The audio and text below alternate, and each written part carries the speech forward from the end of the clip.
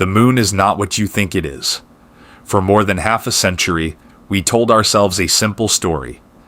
Ever since the last human footsteps pressed into its dust in 1972, we've treated the moon as something finished, understood, categorized, and quietly fading into the background of human curiosity. A lifeless sphere, a gray relic, a place we had already conquered, mapped, and mentally filed away. But that story began to unravel the moment humans returned, not to land, not to stay, but simply to look again. On April 6th, 2026, 4 astronauts orbited the moon and passed over a region no human had ever truly seen with their own eyes. The far side, the half permanently turned away from Earth, the hidden hemisphere. And within hours, what they witnessed began to fracture decades of assumptions. This wasn't just another mission. It was a confrontation with reality, with history, and with how little we actually understand about the nearest world beyond our own. The journey began days earlier with a launch so powerful it echoed across generations of engineering ambition. The rocket that carried them was the most powerful ever built, producing nearly 9 million pounds of thrust. In just minutes, it pushed them beyond Earth's gravitational cradle and onto a trajectory that offered no easy return. From that point forward, they were committed. Their path through space followed a carefully calculated arc, a free return trajectory. It's the kind of route designed for failure. If everything went wrong, if engines died and systems failed, gravity alone would guide them around the moon and send them back home. That detail matters, because it tells you something fundamental about deep space travel. Even at its safest, it is built around the assumption that something could go terribly wrong. As they approached the moon, the scale of it began to dominate their view. Not the soft, familiar disk we see from Earth, but a looming, textured world, filled with shadows, ridges, and scars stretching across unimaginable distances. And then they crossed the line, the far side. At that moment, the moon itself became a wall. Every signal, every voice, every piece of data was cut off. For 40 minutes, they were completely alone. No communication with Earth, no guidance, no reassurance. Just 4 humans, sealed inside a spacecraft, flying over a landscape that had not been witnessed directly by human eyes before. Silence in space is not just the absence of sound, it's the absence of connection. And beneath them stretched a surface that felt almost hostile in its age and complexity. Before the blackout, one of the astronauts tried to describe what he was seeing. He struggled, not because of technical limitations, but because language itself seemed inadequate. The terrain didn't resemble anything familiar. It wasn't just different. It was overwhelming. And then the signal vanished. To understand why the far side feels so unsettling, you have to compare it to the side we know. The near side, the face of the moon we've stared at for thousands of years, is relatively smooth in places. Dark plains stretch across its surface, formed by ancient lava flows that flooded massive impact basins billions of years ago.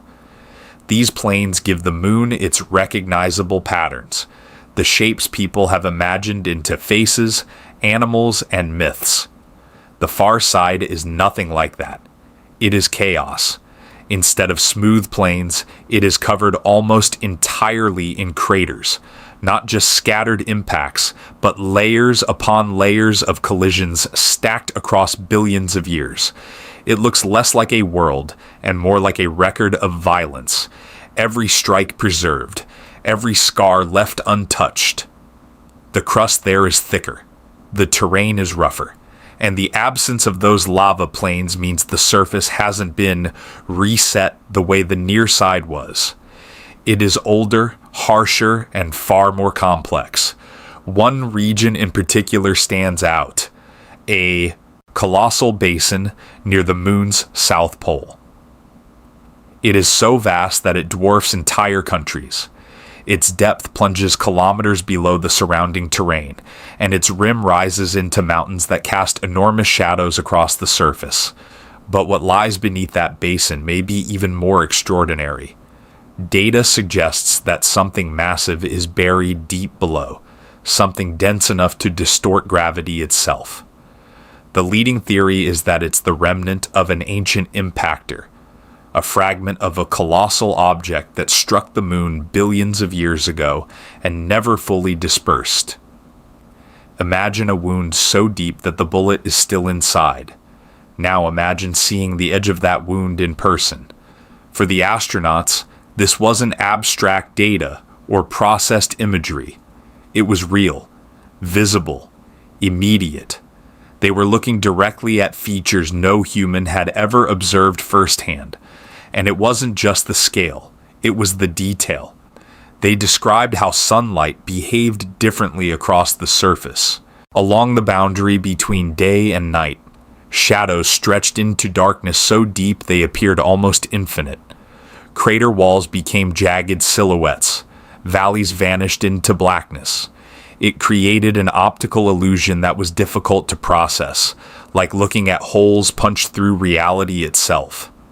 Even color, something we rarely associate with the moon, began to reveal itself. Subtle tones emerged, hints of blue, traces of brown, faint variations that cameras often fail to capture. These differences aren't just aesthetic. They hint at variations in composition, age, and geological history. The moon, it turns out, is not uniformly gray, but some of the strangest features aren't about what's visible. They're about what shouldn't be there at all. There are regions where the surface appears marked by bright, swirling patterns, not raised, not carved, just painted across the terrain. These markings align with localized magnetic fields embedded in the crust, remnants of a magnetic past the moon no longer has. It's like finding fingerprints from a system that no longer exists. Even more puzzling are signs of heat. In one region on the far side, instruments have detected temperatures noticeably higher than the surrounding area. The likely cause is a buried mass of rock that shouldn't exist there. Granite. On Earth, granite forms through processes involving water and tectonic activity. The moon has neither. So how did it form? And more importantly, what else might still be active beneath the surface? Then there are the tunnels. Ancient lava flows may have carved vast networks beneath the surface, hollow tubes large enough to shelter entire structures. Their entrances appear as dark pits scattered across the terrain.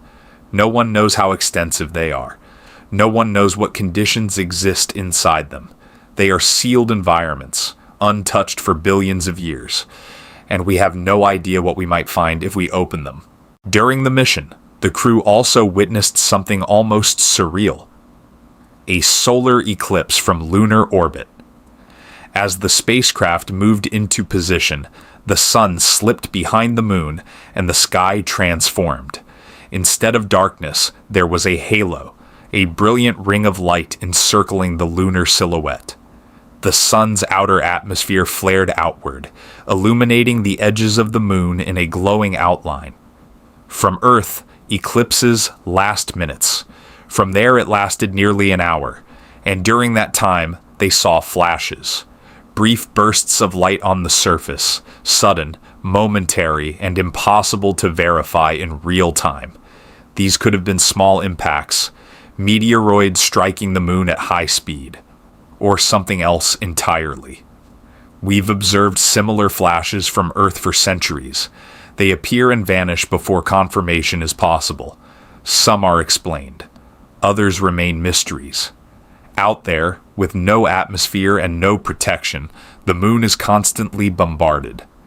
Every particle, every fragment, every wave of radiation reaches the surface unfiltered.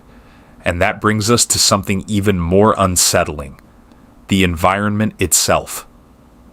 Beyond Earth's magnetic shield, space becomes dangerous in ways that are difficult to comprehend.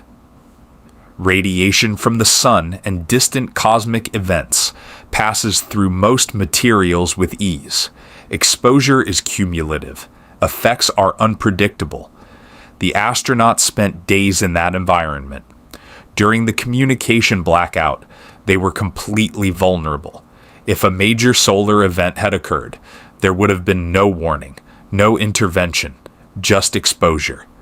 This is one of the greatest barriers to deep space exploration. Not distance, not fuel, but biology. The human body is not designed for this, and yet we keep going. Eventually, the spacecraft emerged from behind the moon.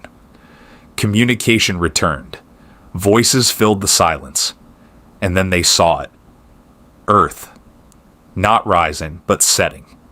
A pale blue crescent slipping behind the lunar horizon, disappearing slowly behind a world of gray and shadow.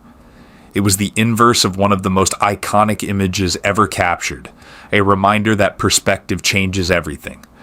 From that distance, Earth is not a place. It's a fragile, luminous point. Everything we know, every person, every story, every moment, contained within something you could block with your thumb. That realization changes people. The mission itself set records: distance, speed, duration. But those numbers are not the most important outcome. What matters is this: we looked again. And what we saw forced us to reconsider everything we thought we knew. The moon is not a finished story. It is not a solved problem. It is not a quiet, inert companion. It is a world with asymmetries we can't fully explain, with structures that challenge our models, with signs of processes we don't yet understand. Every answer it gives leads to more questions. Why is one side so different from the other?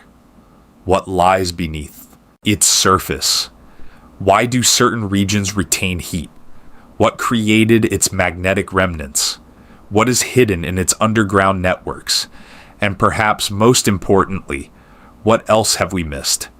For centuries, we believed familiarity meant understanding. We saw the same face of the moon night after night and assumed we knew the whole, but we were only ever looking at half of it. The far side changes that, not just scientifically, but psychologically. It reminds us that even the closest objects in our universe can still hold profound mysteries. We are at the beginning again. And this time, we know better than to assume we have all the answers. The moon is not what we thought it was, and we've only just begun to find out what it really is.